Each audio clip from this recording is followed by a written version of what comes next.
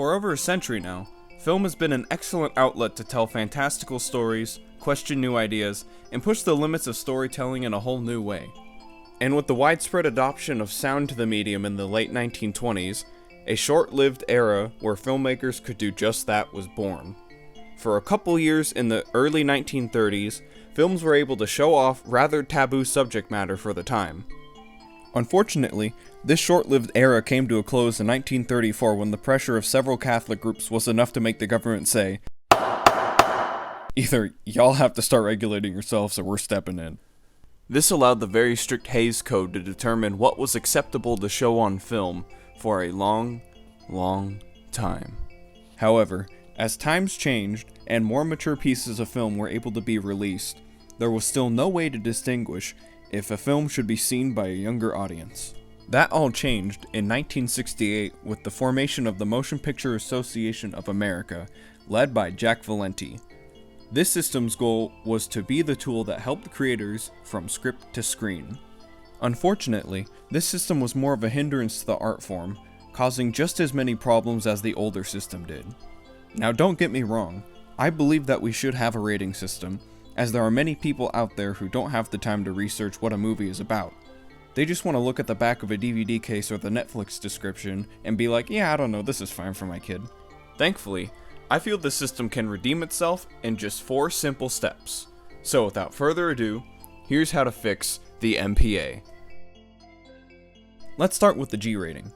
Since its inception, the rating has stood for general audiences, films that can be seen and enjoyed by everyone, and won't contain any of that objectionable content those old Catholics were concerned about. All kidding aside, let's look at all the theatrically released films rated G in 2020. Okay, well, 2020 was a weird year, makes sense. Let's just look at 2019. The G rating has been a ghost town in recent years, not because there aren't any films made for general audiences anymore, but because they're all getting rated PG for very trivial reasons. Like, why on earth is something like Finding Nemo rated G, but no. Finding Dory is PG for mild thematic elements.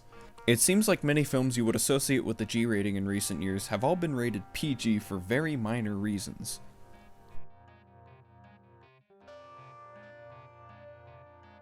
To fix this issue, all films that would be rated PG for a minor offense in the future, such as minor peril, or some action, or mild thematic elements, should just be rated G, as it wasn't stopping general audiences from seeing them anyways. Originally named M in 1968, then renamed to GP in 1970, and finally renamed to PG in 1972. Come on, Jack, make up your damn mind. This rating stands for Parental Guidance, Suggested, and was originally the only stopgap between G and R. While this changed when the PG-13 rating was introduced, and I'll get to that in a minute, this rating still feels confused. While there are still films that get released that fit this rating quite fine, it's still plagued by all the films that should be rated G. So to fix this, start rating films according to the standards.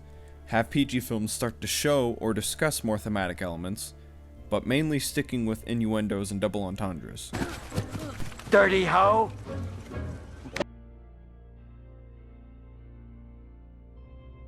Introduced in 1984 after Temple of Doom and Gremlins gave every kid aged 12 and younger nightmares, the PG-13 rating is the stopgap between aimed for a general audience and aimed for a mature audience.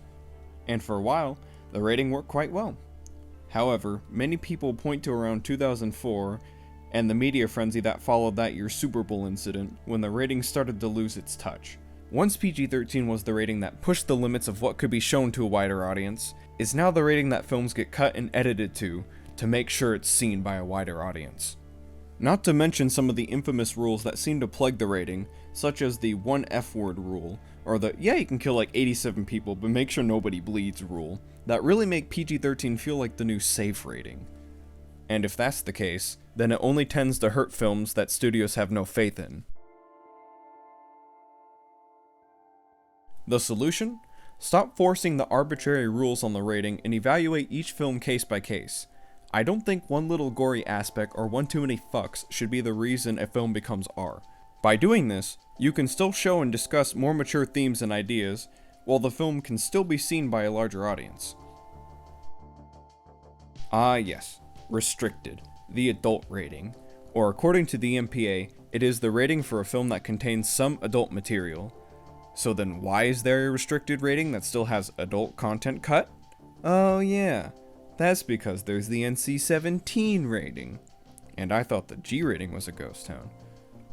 Originally named X until 1990, the NC-17 rating has always been treated as a kiss of death for a film. This is mostly due to a trademark issue with the rating, allowing the pornographic industry to use the rating as a marketing strategy, making the general public believe any film with the rating was just porn. This led to non-pornographic films rated X either having to play into or avoid the stigma, or purposely censor the film to try to get an R rating, as most theaters refuse to play NC-17 movies. Gee, a film intended for adults being cut so it can be shown to adults? The solution? Get rid of the NC-17 rating.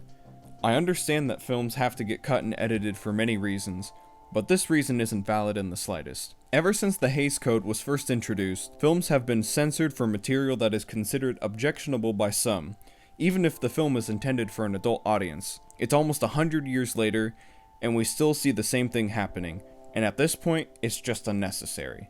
The fact that many non-pornographic films rated NC-17 often get re-rated to R, or have the NC-17 cut of the film get released as unrated once it hits home media, and that pornographic films have moved on from a theatrical distribution method decades ago, removing the rating would greatly cut the issue of censorship of modern films. As I've stated, I believe in the importance of a rating system.